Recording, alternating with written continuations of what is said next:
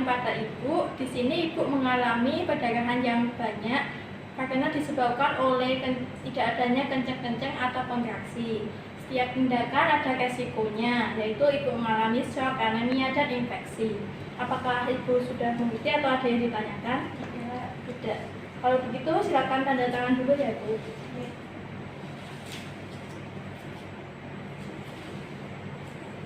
Terima kasih Bu, saya siapkan alatnya dulu.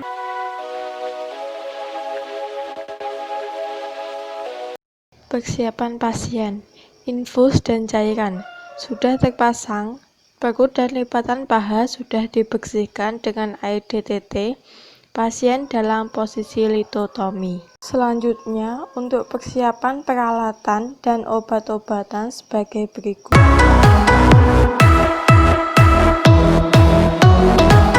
Kenakan alat pelindung diri kecuali sarung tangan.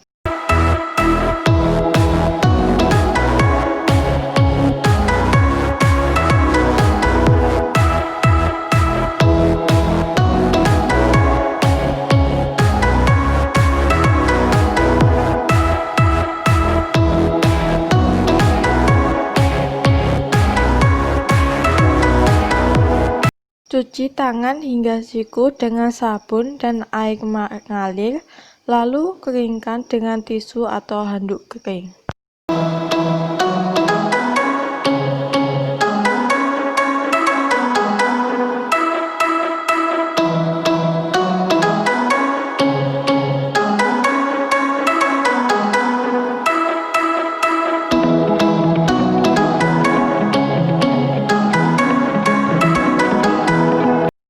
Pasang alas bokong dengan kain yang bersih dan kering, dan underpad.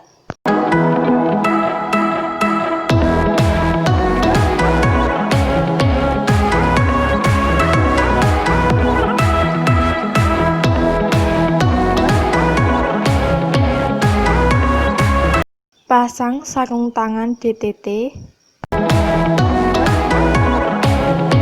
Lakukan vulva hygiene dengan benar.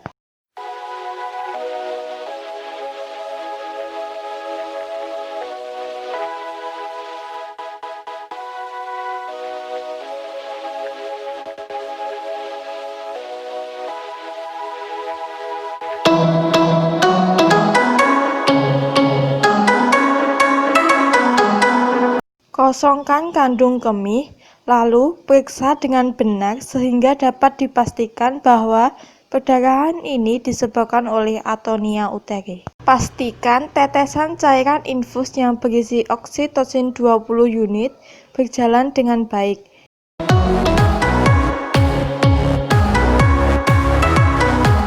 Dan egometrin 0,4 mg sudah diberikan secara IM. Tambahkan misoprostol apabila kontraksi uterus kurang memandai.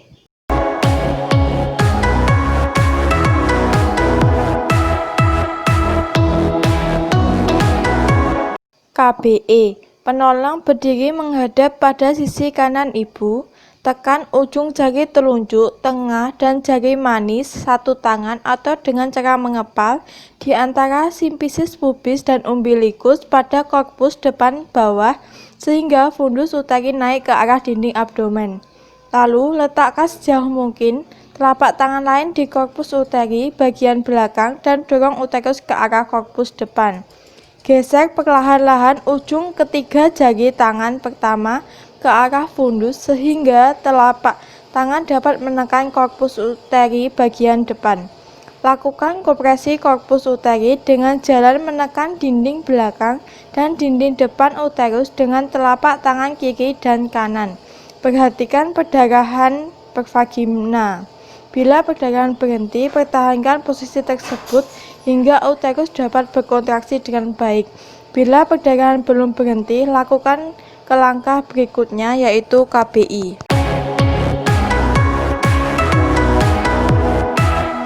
KBI, penolong berdiri di depan vulva, pakai sarung tangan steril atau DTT, basahi tangan kanan dengan larutan antiseptik. Dengan ibu jari dan telunjuk, sisihkan kedua labium maius kolateral. Masukkan tangan lain secara obstetrik melalui introitus ke dalam lumen vagina. Ubah tangan obstetrik menjadi kepalan dan letakkan dataran punggung jari telunjuk hingga kelingking pada fornix anterior dan dorong segmen bawah uterus ke cranial anterior. Letakkan telapak tangan luar pada dinding perut dan upayakan untuk mencakup bagian belakang korpus uterus seluas atau sebanyak mungkin. Lakukan kompresi uterus dengan jalan mendekatkan telapak tangan luar dengan kepalan tangan dalam pada fornix anterior. Bila perdarahan berhenti, pastikan posisi demikian hingga kontraksi uterus membaik. Kemudian lanjutkan ke langkah 7. Bila perdarahan belum berhenti, lanjutkan tindakan berikutnya yaitu KAA. Keluarkan perlahan-lahan tangan kanan yang ada dalam vagina dari kepalan menjadi obstetrik. Masukkan tangan ke dalam wadah yang berisi larutan klorin 0,5%. Bersihkan sarung tangan dari darah atau cairan tubuh pasien. Letakkan sarung tangan secara terbalik dan rendam dalam wadah tersebut. Cuci tangan dengan air dan sabun. Keringkan tangan dengan handuk bersih dan kering.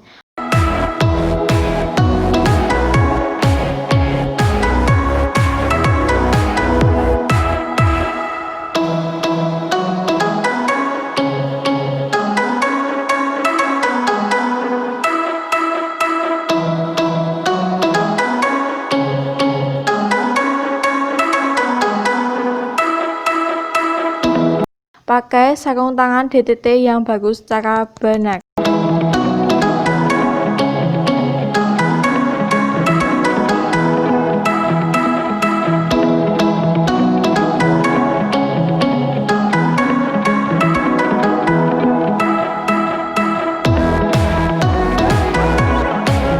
KAA, baringkan ibu di atas ranjang. Penolong menghadap sisi kanan pasien. Atur posisi penolong sehingga pasien berada pada ketinggian yang sama dengan pinggul penolong.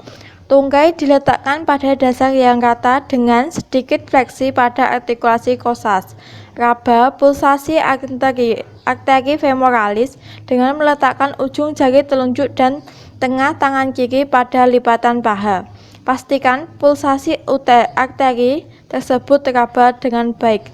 Setelah pulsasi arteri dikenali, jangan pindahkan kedua ujung jari dari titik pulsasi tersebut. Kepalkan tangan kanan dan letakkan bagian punggung jari telunjuk tengah, panis, dan kelingking pada umbilikus ke arah koluma vertebratis dengan arah tegak lurus.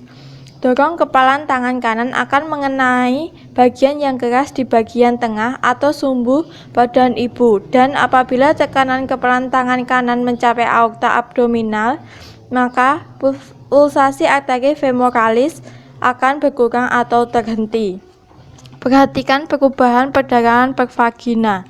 Bila perdarahan berkurang atau berhenti, pertahankan posisi tersebut dan lakukan pemijatan uterus hingga uterus berkontraksi dengan baik.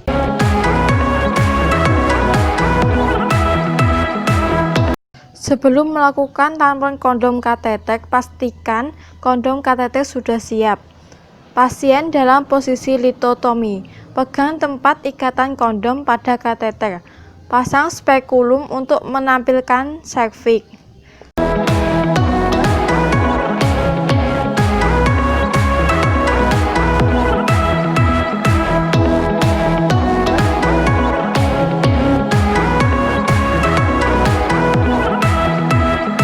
Masukkan kateter hingga mencapai fundus.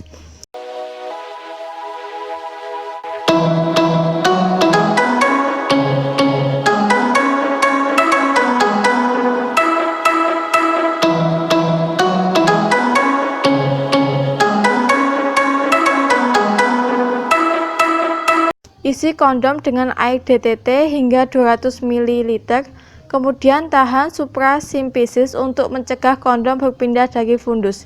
Tambahkan air DTT isi kondom hingga 350 ml.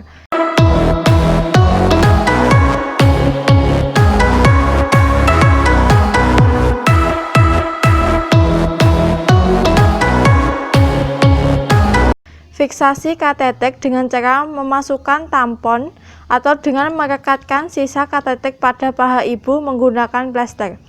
Perhatikan perdarahan yang terjadi. Jika masih terjadi rembesan, maka tambahkan 50-100 ml air DTT. Berikan tetesan oksitosin 20 unit dengan tetesan X per menit.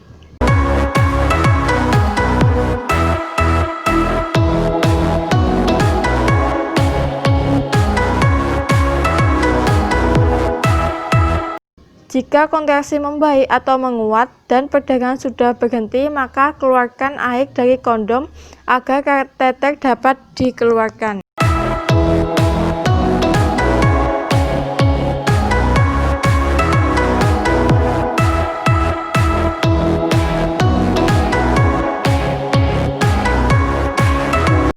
Pencegahan infeksi pasca tindakan. Lepas sarung tangan yang kotor dengan larutan klorin 0,5% secara terbalik. Lalu lepas semua APD.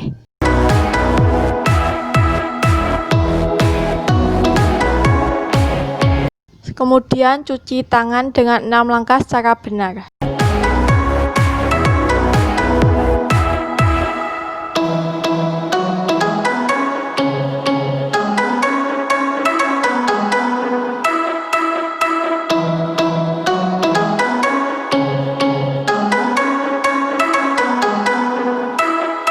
Perhatikan tanda vital, perdarahan, dan kontraksi uterus setiap 10 menit dalam 2 jam pertama.